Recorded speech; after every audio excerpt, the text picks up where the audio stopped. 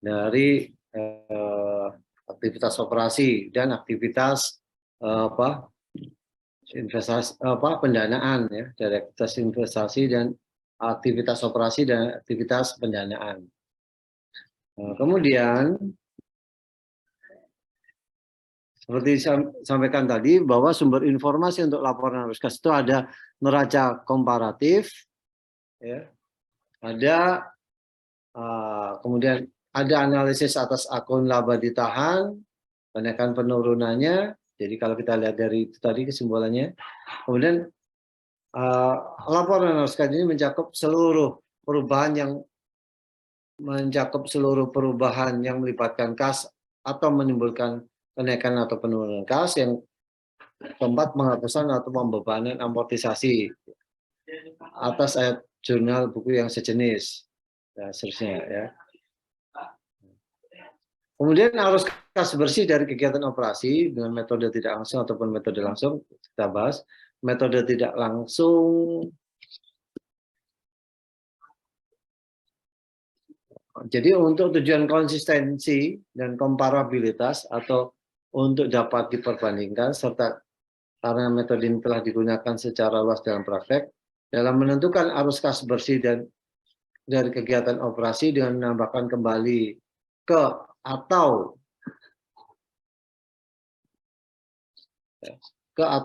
mengurangkan dari laba bersih pos-pos yang tidak berpengaruh terhadap kas. Nah, pada diagram di bawah menyajikan jenis penyesuaian yang lebih umum yang telah dibuat terhadap laba bersih untuk mendapatkan arus kas bersih dari kegiatan operasi. Jadi penambahan ataupun pengurangan yang ada di bawah ini, nah ini tabel ini ya. Nah, ini untuk merekonsiliasi laba bersih terhadap arus kas bersih dari kegiatan operasi. Yang menyajikan alasan mengapa metode tidak langsung juga dikenal sebagai metode rekonsiliasi. Nah, ini ada penambahan, ada pengurangan. Nah, ini hubungan antara net income. Ya, ada pengurangan, ada penambahan. Nah, penambahan ini akibat dari biaya depresiasi, ya, ataupun amortisasi biaya aset yang tidak berwujud, ya, amortisasi aset yang tidak berwujud ataupun beban yang ditangguhkan. Kemudian ada amortisasi diskonto obligasi, kemudian ada peningkatan pendapatan kewajiban pajak yang ditangguhkan, kemudian ada rugi dari investasi saham biasa yang menggunakan metode ekuitas, kemudian ada rugi dari penjualan aset pabrik, rugi dari ini, seterusnya. Kemudian pengurangan ini juga begitu ya, pengurangan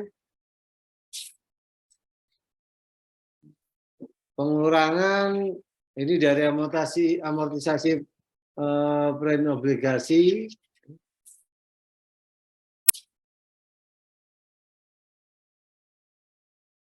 ada laba dari penjualan aset pabrik, peningkatan piutang, peningkatan persediaan dan seterusnya. Nah, penambahan dan pengurangan ini kita akan bisa menentukan berapa cash flow bersih dari kegiatan operasi. Nah, ini ya. Jadi penambahan atau pengurangan ini, perbandingan antara penambahan dan pengurangan ini kita akan bisa menentukan berapa cash flow bersih dari kegiatan operasi. Nah, metode langsung ini ilustrasi. Menurut metode langsung, laporan arus kas bersih dari kegiatan operasi sebagai kelompok utama dari penerimaan penerimaan kas operasi. Dan misalkan kas yang ditagih dari pelanggan dan kas yang diterima dari bunga ataupun dividen, dan pengeluaran kas, misalkan kas yang dibayar kepada pemasok ataupun ya barang yang dibeli kepada karyawan atas jasa yang diberikan, kepada kreditur untuk bunga, dan kepada otoritas pemerintah untuk pajak. Ini metode langsung. Jadi intinya pokoknya hal-hal yang kaitannya dengan kegiatan operasi ya, baik itu penerimaan, operasi ataupun pengeluaran kas. yang secara tunai gitu ya. Nah, metode langsung ini akan kita lihat ya, ini untuk ya, contoh di bawah ini EMI Company memulai operasinya 1 Januari 2008. Nah, ini tadi dibandingkan awal dengan akhir atau tahun lalu dengan tahun sekarang. Kas sekian, piutang sekian, presiden sekian, beban di muka sekian. Ntar saya bagikan ya materi ini. KM.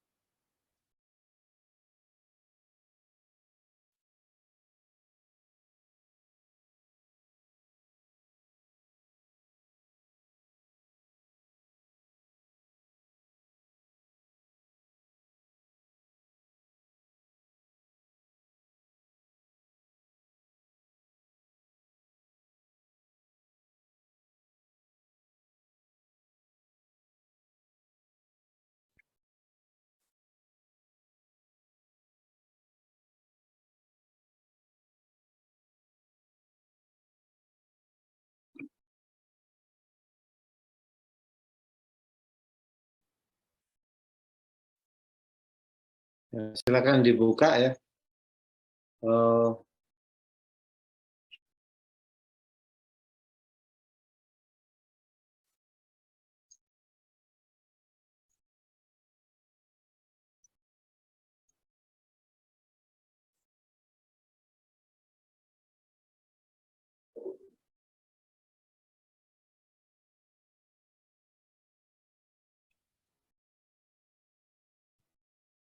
Jadi silakan dibuka. Sudah saya bagikan.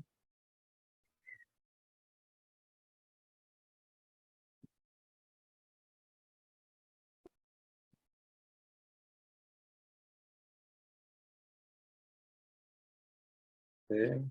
Nah, ini contohnya PT EMI Company tanggal 1 Januari 2008 atau akhir Desember 2007 sama aja. Ya, laporan laba rugi dan informasi tambahan dari EMI Company per 31 Desember adalah sebagai berikut. Pendapatan dari penjualan sekian, HPP sekian, laba kotor sekian, beban operasi 160, penyusutan 10, kemudian laba sebelum pajak penghasilan, beban pajak penghasilan, ya. Kemudian ada laba bersih. Nah, kemudian informasi tambahan, ya, sebentar, silakan dibaca dulu. Saya masih entar ada saya masuk.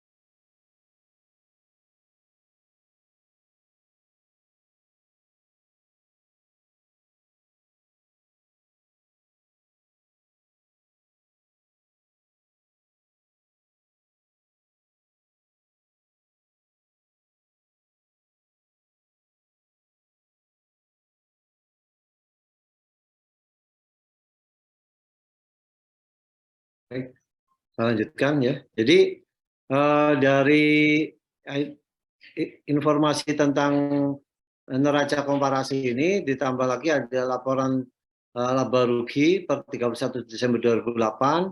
Kemudian ada informasi tambahan, yaitu adanya dividen sebesar 70.000 telah diumumkan dan dibayar tunai. Artinya berarti di sini kas jelas-jelas berkurang 70.000. Kemudian kenaikan hutang usaha disebabkan oleh pembelian barang dagangan. Nah, ini tidak menyebabkan kas bertambah ya. Sehingga kalau ada pengakuan maka pengakuan kasnya harus dikurang. Kemudian ada beban dibayar di muka dan hutang beban accrual berkaitan dengan beban operasional. Nah, menurut metode langsung, kas bersih yang diterima dari kegiatan operasi dihitung dengan menyesuaikan tiap pos dalam laporan laba rugi dari dasar accrual menjadi dasar kas. Jadi dari dasar accrual menjadi dasar kas untuk menyederhanakan dan meringkas kelompok kegiatan operasi. Ya. Kemudian hanya kelompok utama dari penerima kas dan pembayaran kas saja yang dilaporkan. Selisih antara kelompok utama penerimaan kas dan pembayaran kas merupakan kas bersih yang diterima dari kegiatan operasi. Ya. Jadi salah satu cara efisien dalam menerapkan metode langsung ini menganalisis pendapatan dan beban yang dilaporkan pada laporan laba rugi sesuai urutannya. Penerimaan kas dan pembayaran kas yang terkait dengan pendapatan beban tersebut harus ditentukan. Penyesuaian dengan metode langsung untuk Emic Company pada tahun 2008 guna menentukan kas bersih yang diterima dari kegiatan operasi yang disajikan dalam bagian berikut. Ya. Jadi penerimaan kas dari pelanggan bahwa laporan laba rugi Emic Company melaporkan pendapatan pelanggan sebesar 780.000. Ya, 780.000. Nah, ini.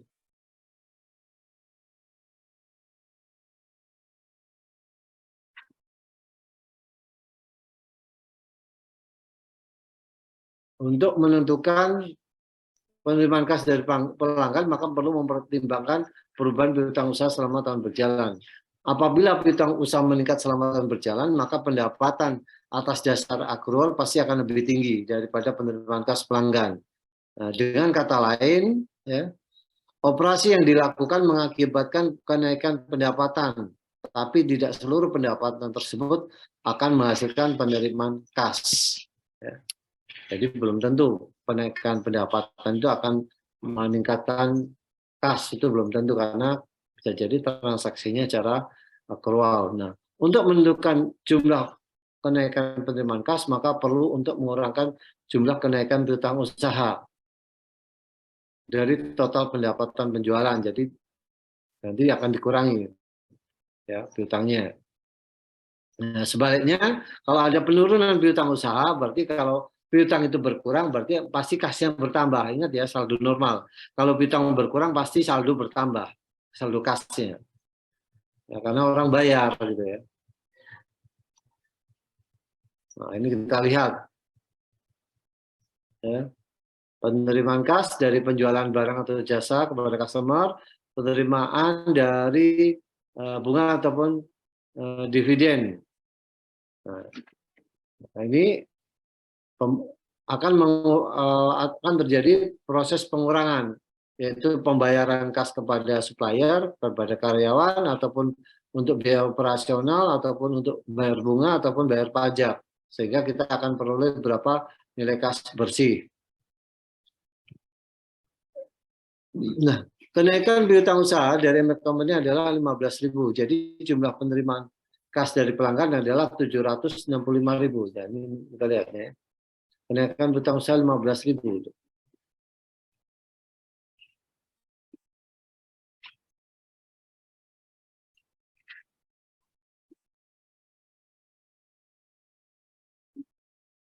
Nah, ini ada kenaikan piutang usaha ya dari 90 jadi 15.000.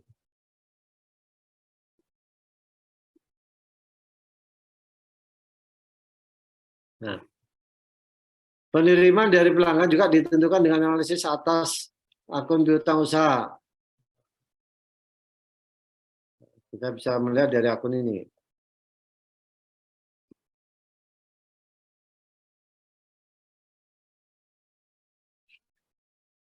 Ya. Jadi kita bisa melihat dari akun ini, dari buku besar piutang, kemudian piutangnya berkurang, maka di situ pasti ada kita lihat penerimaan kas pelanggan. Kemudian hubungan antara penerimaan kas dari pelanggan, pendapatan penjualan dan perubahan saldo piutang ini tunjukkan dari ini berapa jumlah kas yang diterima dari customer, ini sama dengan piutang dari penjualan ditambah ataupun dikurangi dengan piutang ataupun dikurangi dengan piutang. Jadi piutang, nah, ini akan dikurangi dengan kenaikan piutang itu sendiri. Pendapatan akan dikurangi dengan kenaikan piutang. Nah, itu rumusnya. Pembayaran atas kas kepada pemasok, company melaporkan harga pokok penjualan sebesar $450.000 pada laporan laba ruginya untuk menentukan berapa pembayaran kas pada pemasok. Jadi pertama-tama perlu menetapkan pembelian selama setahun. Untuk mendapatkan jumlah pembelian atau harga pokok penjualan harus disesuaikan dengan perubahan persediaan. Nah, pada tahun 2008 persediaan MI Company ya, meningkat sebesar 160.000. Nah, kalau maka kita lihat berapa pembelian. Nah, jadi harga pokok penjualan 450.000 ditambah kenaikan persediaan, berarti ada pembelian. Ya, totalnya 610.000. Nah, sebaiknya penurunan utang usaha harus ditambahkan kepada pembelian. Penurunan utang usaha harus ditambahkan kepada pembelian karena pembayaran kas kepada pemasok melebihi pembelian. Pembayaran kepada kas kepada pemasok adalah 550.000. Jadi kalau pembelian ini dikurangi kenaikan utang usaha, ya, kenaikan utang usaha. Ya, sehingga pembayaran kas kepada pemasok 550.000. Nah, ini kita bisa melihat ya dari buku besar utang.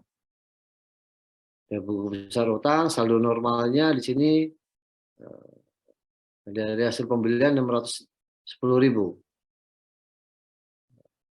Dari pembelian 610.000, kemudian di sini ada pembayaran kepada pemasok 550.000, maka di sini ada saldonya 60.000. Jadi hubungan antara kas kepada pemasok, harga pokok penjualan, perubahan persediaan dan perubahan utang, ini kita lihat rumusnya. Ya. Harga pokok penjualan, cost of goods sold, ya, ini dia bisa ditambah dari kenaikan persediaan, dia juga HPP bisa dikurangi dari penurunan persediaan. Kemudian kaitannya dengan hutang, ini akan bertambah dengan adanya penurunan hutang, akan berkurang dengan adanya peningkatan hutang. Nah, pembayaran kas untuk beban operasi sebesar 210.000 telah dilaporkan kepada laporan laba rugi MI Company. Dalam menentukan pembayaran kas untuk beban operasi, jumlah tersebut harus disesuaikan dengan setiap perubahan beban dibayar di muka atau beban hutang akrual. Nah, pembayaran kas MI Company untuk beban operasi adalah 148.000. Nah, ini kita lihat beban operasinya 160.000 ditambah ya, ditambah kenaikan beban akrual dibayar di muka, dikurangi kenaikan utang beban akrual sekian. Nah, hubungan antara pembayaran kas untuk beban operasi dan perubahan beban dibayar di muka dan perubahan utang beban akrual ini digambarkan dari rumus ini ya. Jadi biaya operasi ini bisa bertambah akibat kenaikan dari biaya dibayar di muka ataupun berkurang akibat dari penurunan biaya dibayar di muka, dan akan bertambah kalau ada penurunan biaya akrual, hutang biaya akrual bisa berkurang akibat kenaikan biaya hutang akrual. Ya. Pembayaran kas untuk pajak penghasilan, laporan laba rugi company menunjukkan beban pajak penghasilan 48.000. Jumlah tersebut sama dengan kas yang dibayar karena neraca komparatif menunjukkan tidak adanya hutang pajak penghasilan baik di awal maupun akhir tahun berjalan. Nah, jadi kita lihat ini ya berdasarkan accrual basis awalnya begini. Ya. Kemudian ada penyesuaian. Ada penyesuaian akan dikurangi akibat peningkatan piutang. Akan bertambah akibat kenaikan persediaan, akan dikurangi akibat kenaikan hutang, akan bertambah akibat kenaikan biaya dibayar muka, akan berkurang akibat kenaikan hutang biaya yang di accrual, kemudian akan berkurang ketika ada biaya depresiasi. Sehingga diwujudkan dalam angka sekian, maka nilai cash basisnya adalah sekian. Net income-nya bukan 112.000 tapi 19.000 net cash-nya ya. Jadi arus kasnya dari operasi adalah 19.000. Nah, penyajian menurut metode langsung untuk melaporkan arus kas bersih dari company ini berbentuk sebagai berikut nih. Ya.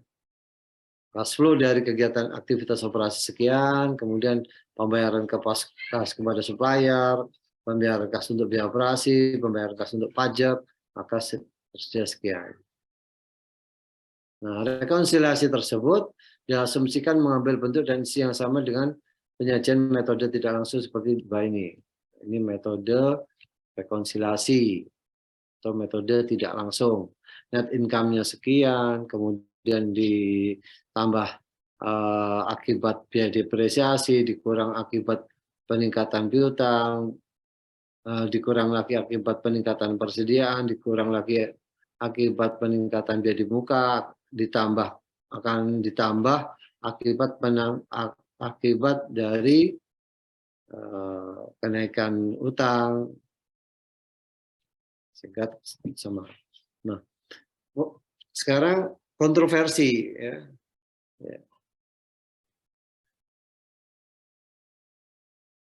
Kontroversinya itu gimana, mana yang terbaik antara metode langsung ataukah tidak langsung. Jadi kalau menurut Denman metode tidak langsung, jadi keputusan paling kontroversial dihadapi FSB, ya, Financial Accounting Standard Board, dalam menentukan statement nomor 95 adalah memilih antara metode langsung ya,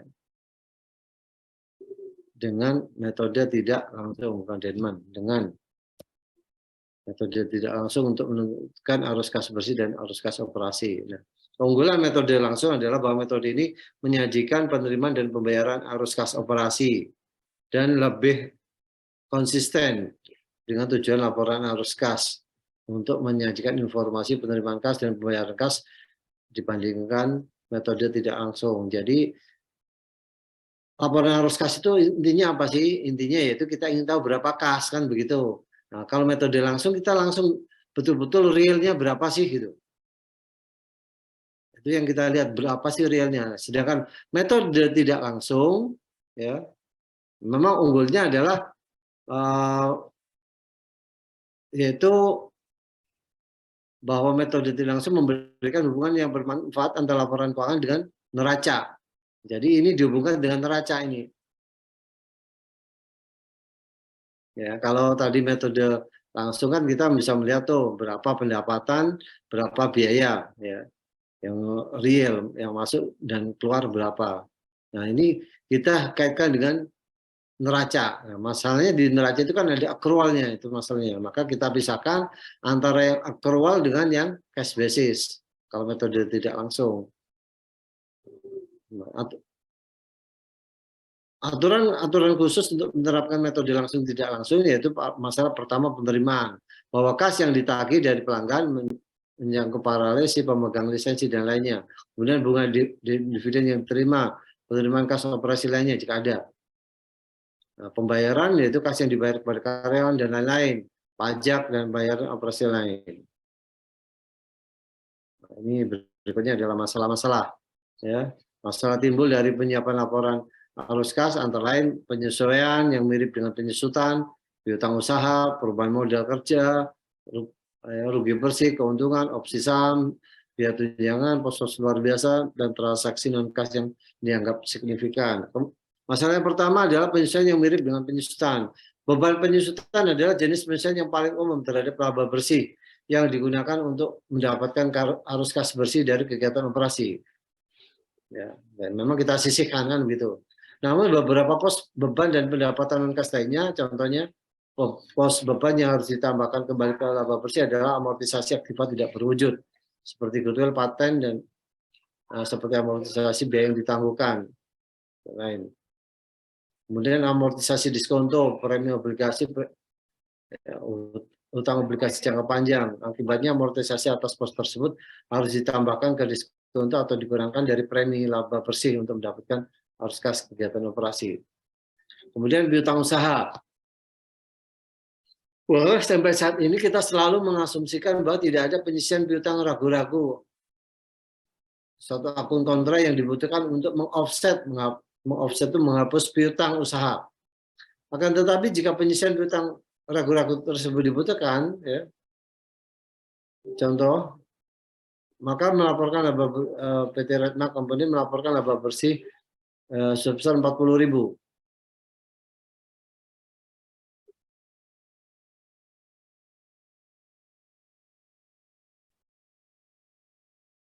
Bentar ya.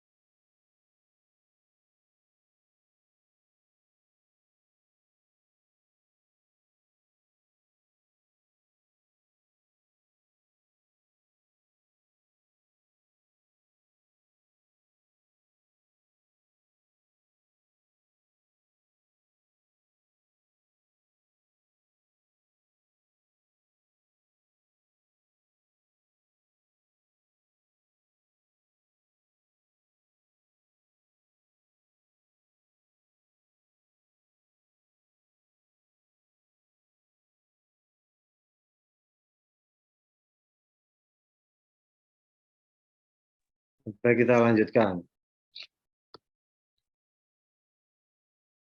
Jadi kita lihat di sini, ya,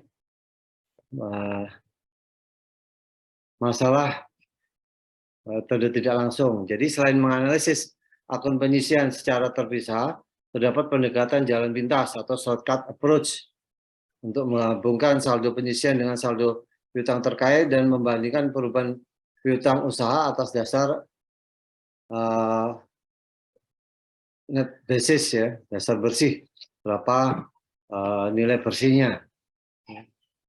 Nah, ini kita lihat Nah, ini contohnya cash flow dari aktivitas operasi berupa net income 40.000, kemudian ada penyesuaian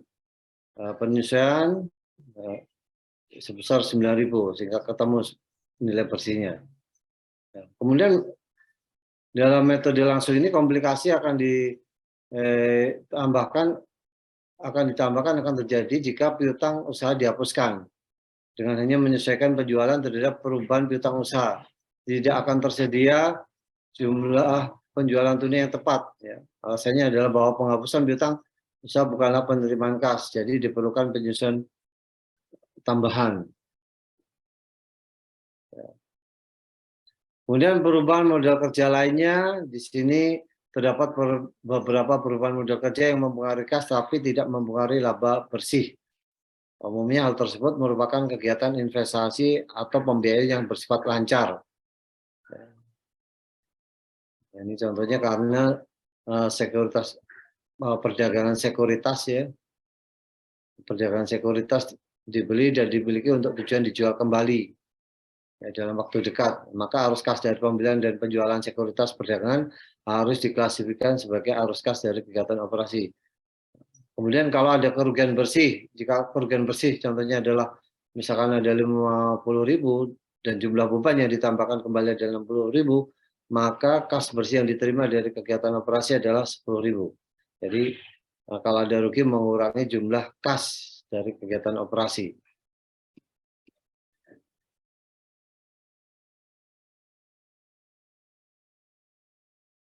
Nah, kalau kerugiannya lebih besar dari kas yang ditambahkan, maka akan terjadi namanya defisit.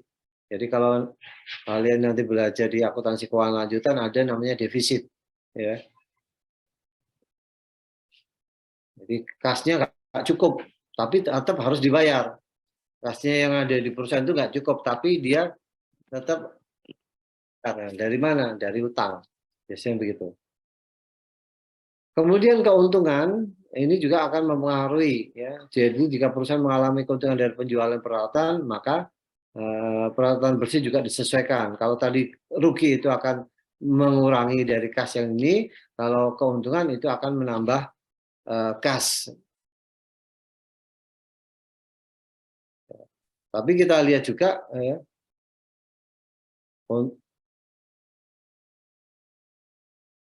kemudian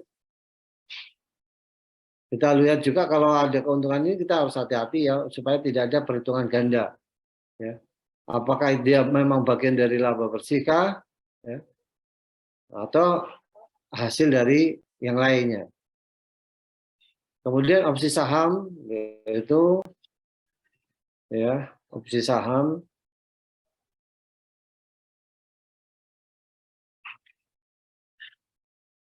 misalkan contoh First Wave Incorporation memberikan 5.000 opsi kepada pejabat CEO yaitu N. Johnson. Setiap opsi memberikan hak pada Johnson untuk memberi 100 saham biasa First Wave senilai $1 seharga $50 per saham kapanpun selama 2 tahun ke depan. Nilai wajar opsi tersebut adalah $200.000. First Wave mencatat biaya kompensasi tahun pertama sebagai berikut. Biaya kompensasi itu 200.000 per 2 karena 2 tahun yaitu sebanyak 100.000 pada modal saham store yaitu opsi saham 100.000. Kemudian jika mengasumsikan bahwa First Wave memiliki tingkat pajak 35%, maka perusahaan akan mengakui aktiva pajak yang ditanggungan sebesar 35.000 yaitu $100 kali 35% pada tahun pertama. Sehingga jumlahnya aktiva pajak tangguhan pada beban pajak penghasilan. Maka laporan arus kas tahun pertama First Wave akan dilaporkan sebagai berikut bahwa dia punya laba sekian, kemudian dikurangi dari biaya kompensasi berbasis saham sekian, sehingga kenaikan aktiva yang ditanggungan sekian. Kemudian biaya tunjangan pasca pensiun, ya, juga begitu.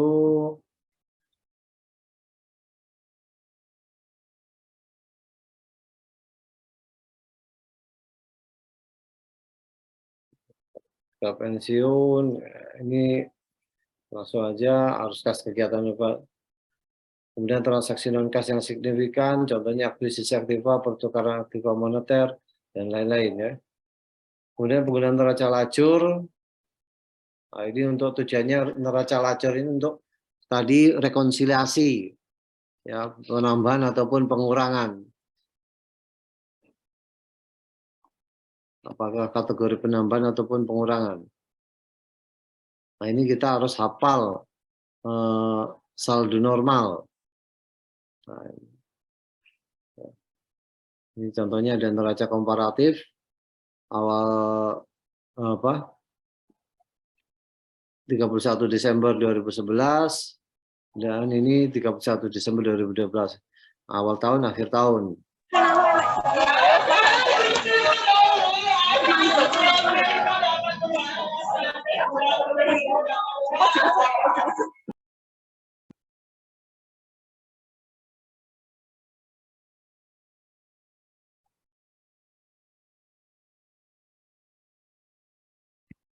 Oke.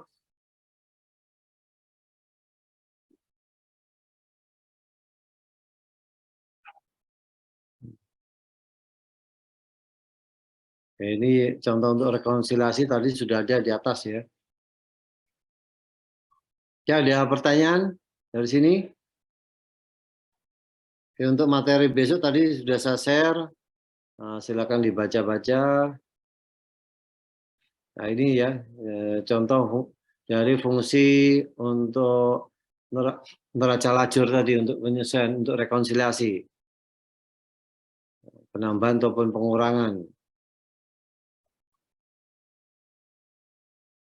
Ada pertanyaan? Pak, mohon maaf Pak, izin bertanya. Untuk besok berarti ada kelas tambahan ya Pak ya? Ya betul. Insya Allah jam 8 itu. Tapi mohon maaf Bapak, biasanya kalau kelas tambahan dilaksanakan secara online, apakah bisa Bapak? Online, insya Allah kita online. Baik Bapak. Oh iya Bapak, dan izin konfirmasi juga Bapak, untuk AKM 2 ini kemarin sudah ada omongan dengan Bu Reni, kita tidak ada UAS Bapak, karena kita sudah digantikan dengan proyek tugas akhir, ada buat PBL gitu. Nah, untuk semua mahasiswa? Iya Bapak, untuk semua mahasiswa tidak ada UAS. Untuk pengambilan nilai dari Bapak, beliau berpesan ke Selvi untuk silahkan melaksanakan kuis atau latihan gitu Bapak. Untuk UAS akhir tidak ada, karena kita disuruh mengumpulkan tugas akhir seperti PBL project gitu Bapak. Ya udah, baik, nanti kita akan semacam kuis ya. Berarti saya nggak perlu kirim soal judulnya UAS, tapi hanya bentuknya kuis. Ya ada. Iya Bapak. Informasi lain? Sementara itu saja Bapak, berarti untuk besok dilaksanakan secara online jam 8 nih Bapak. Untuk link Zoom-nya menggunakan ini aja ya Bapak ya. Besok saya follow up lagi. Tolong besok buatin link ya. Baik Bapak, siap. Ingetin ya. Oke. Baik. Makasih.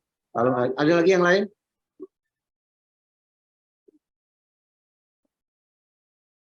Baik, kalau nggak ada pertanyaan? Kalau nggak ada, materi untuk besok sudah saya siapkan, itu nggak banyak slide-nya.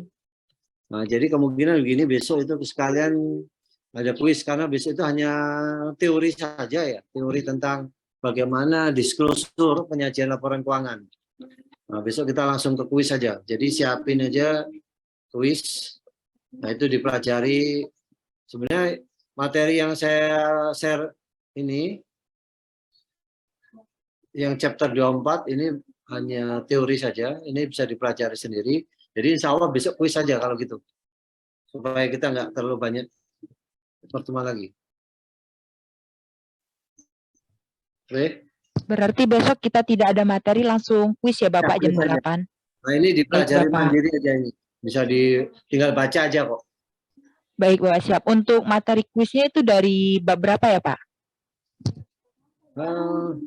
Materi kuisnya kemarin apa? Akuntansi leasing ada ya? Entar, saya buka begini, buka saya. Ya, akuntansi leasing.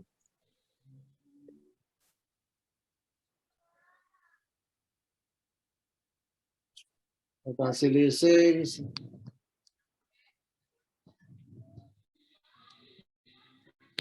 Akuntansi leasing. Sama siapin untuk materi cash flow ini. Ya. Berarti ada 2 bab ya Pak, tentang akuntansi Ya. leasing dan materi cash flow.